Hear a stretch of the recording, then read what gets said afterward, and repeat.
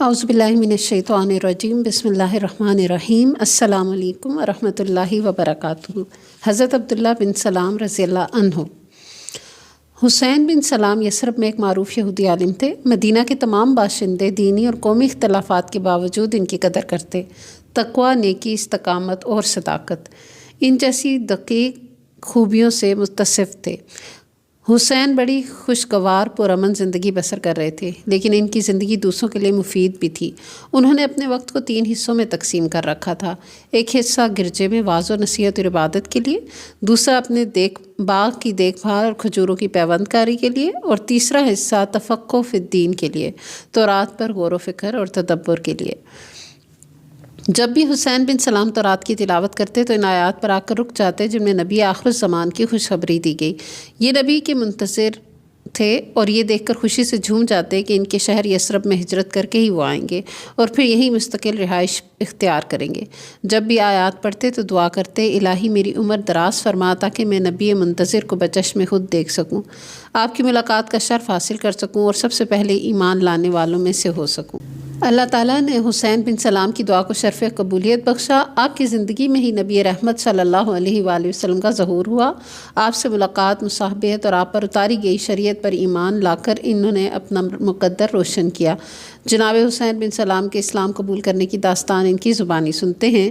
وہ فرماتے ہیں کہ میں نے آپ صلی اللہ علیہ وآلہ وسلم کے ظہور کے متعلق سنا تو میں نے آپ کے نام، حسب و نسب، صفات، ظہور پذیر ہونے کی جگہ اور وقت کا بغور جائزہ لیا تو میں نے آپ کو بالکل اس کے مطابق پایا جو تورات میں لکھا ہوا تھا۔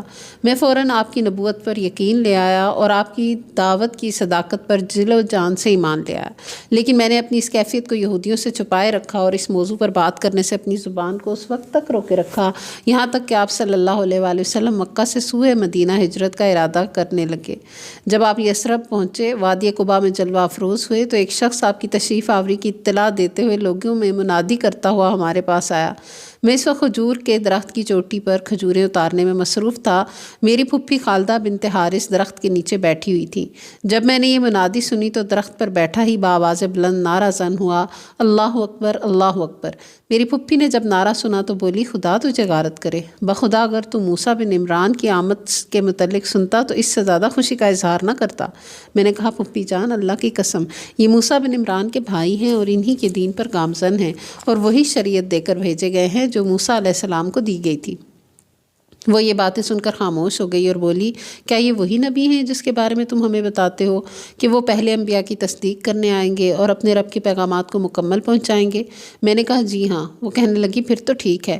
میں اسی وقت آپ صلی اللہ علیہ وآلہ وسلم کی خدمت میں پہنچا۔ آپ کے دروازے پر لوگوں کا ازدحام تھا۔ میں لوگوں کو ہٹاتا ہوا آگے بڑھا، حتیٰ کہ آپ کے قریب پہنچ گیا۔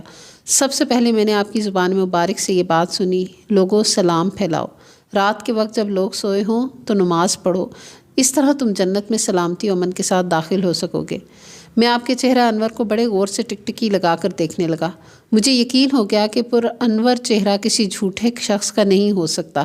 پھر میں اور قریب ہوا اور پکار اٹھا، لا الہ الا اللہ محمد الرسول اللہ، کہ اللہ کے سوا کوئی معبود حقیقی نہیں اور محمد صلی اللہ علیہ وآلہ وسلم اللہ کے رسول ہیں۔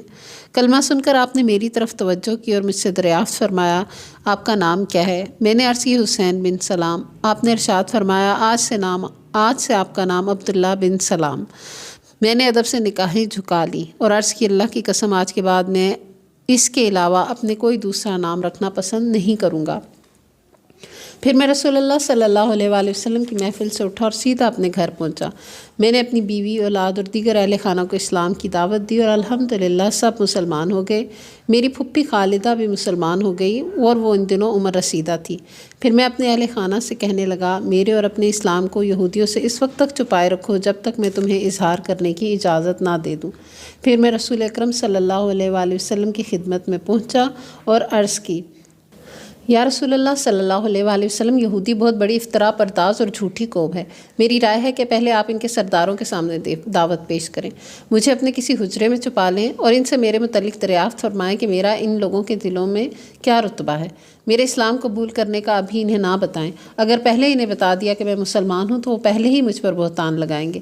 آپ صلی اللہ علیہ وآلہ وسلم نے مجھے ایک حجرے میں چھپا دیا، پھر یہودی سرداروں کو اپنے پاس بلایا اور انہیں اسلام قبول کرنے کی دعوت دی اور ایمان کی محبت ان کے دلوں میں ڈالنے لگے، اور اپنے بارے میں تورات کے حوالے سے یاد دہانی بھی کرائی۔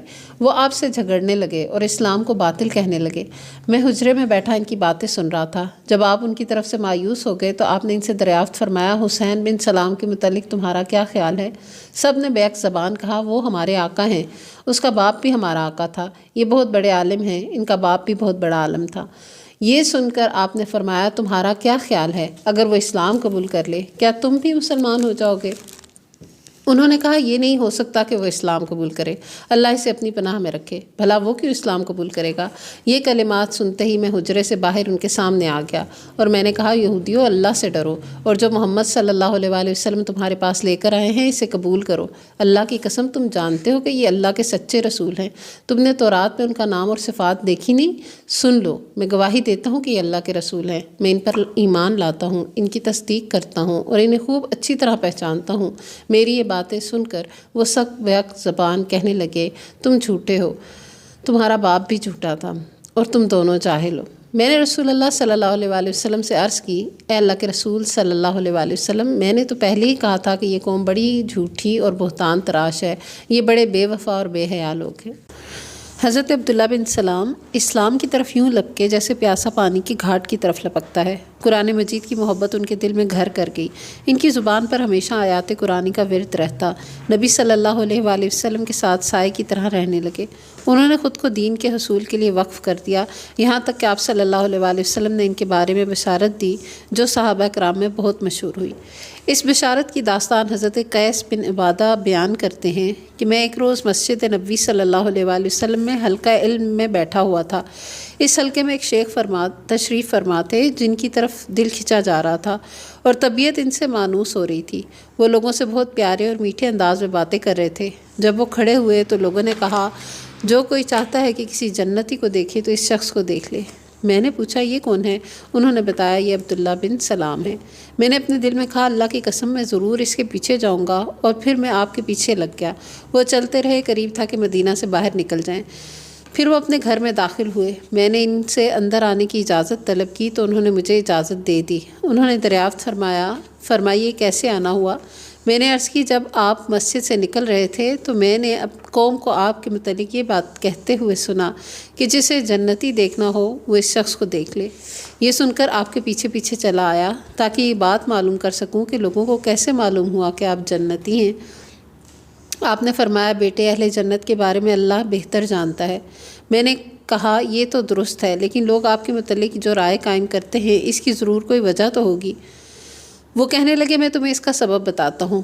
میں نے عرض کی، ضرور بتائیے، اللہ آپ کو جزا دے۔ وہ فرمانے لگے، آپ صلی اللہ علیہ وآلہ وسلم کے عہد مبارک میں ایک رات میں سویا ہوا تھا، میرے پاس ایک شخص آیا، اس نے مجھے کہا، کھڑے ہو جاؤ۔ میں کھڑا ہو گیا۔